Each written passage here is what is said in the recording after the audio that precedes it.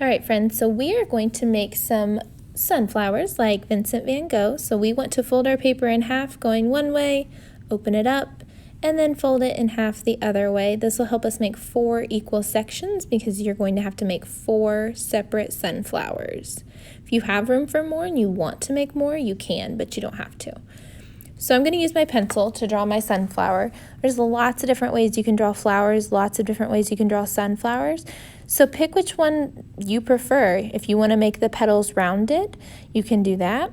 My other ones, I'm going to make them come to more of a point, so that's your decision. You want to make your flowers pretty big, take up almost that whole rectangle for each one. And if you make some extras, you could make them smaller, but you want them to be pretty big. So I skipped the bottom 2 because the video cut it off and you can't see it. So for each sunflower, we're going to use a different material.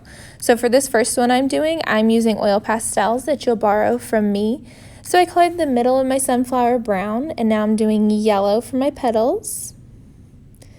Remember, oil pastels are really soft. They can break really easy, but you can push pretty hard with them so that the color shows up really nice. Just be gentle.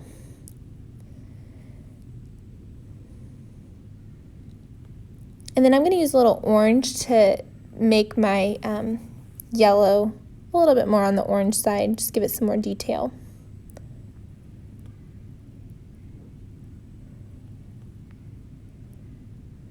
So for my next sunflower, I'm going to use crayons.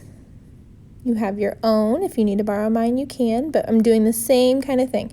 Coloring the inside brown, the petals yellow, and going to add some orange details. Now you'll probably notice that with the oil pastel, the orange mixed with the yellow a little bit. Your crayons do that some, but they don't do it a whole lot, and that's okay. Taking my time, coloring them in, making sure I'm not missing any white spots. Adding in those few orange details like we talked about. And if you really don't want to add the orange, you don't have to. But I think it makes them look a little bit more realistic. All right, so now you can see my bottom flowers. So for this one, I'm using marker. Again, you'll have to borrow these from me, totally fine. But coloring in the middle brown, doing yellow for my petals, and then a few orange lines to make the details. And you'll notice too, marker doesn't really blend very well together.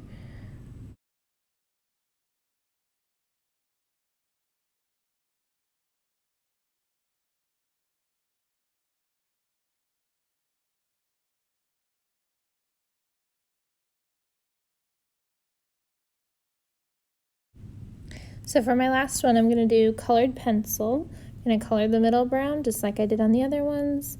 Yellow for the petals and a little bit of orange. Colored pencil doesn't blend that well, but sometimes it can if you push hard enough.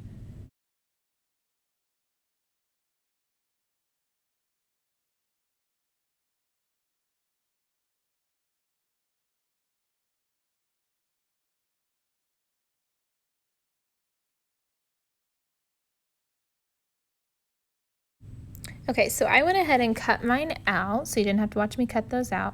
So now you're going to get to choose a colored piece of paper and you're going to draw a vase for your flowers. We're going to start with pencil. You do an oval first and then make your vase whatever shape you want it to be. I'm just going to give mine straight lines, but yours could have wavy or curvy lines. And then we're going to make a curved line to connect them at the bottom. I'm also going to put a line behind it to make a table so that it looks like my vase is sitting on something. Now I'm going to use a black oil pastel to trace around my vase and to trace my lines for my table. You'll choose a different color of oil pastel and you'll color in just the middle of your vase. And then we're going to add white to one side and black to the other, and we'll blend it together. It'll make our vase look more like it's rounded. You can even use your finger to blend it together better. And you don't want to use a lot of black because black can be a really powerful color and overpower whatever color you chose.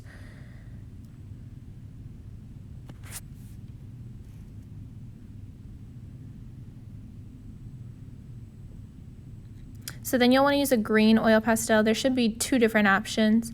You'll want to make some stems for each of your flowers. Make them look like they're sitting in the vase. Then you'll glue your flowers down wherever you want them at the top of your stem. The last thing we're going to do is draw some movement lines to make it look more like a Van Gogh painting. Van Gogh used lots of lines to create movement, so we're going to do the same with whatever colors you want.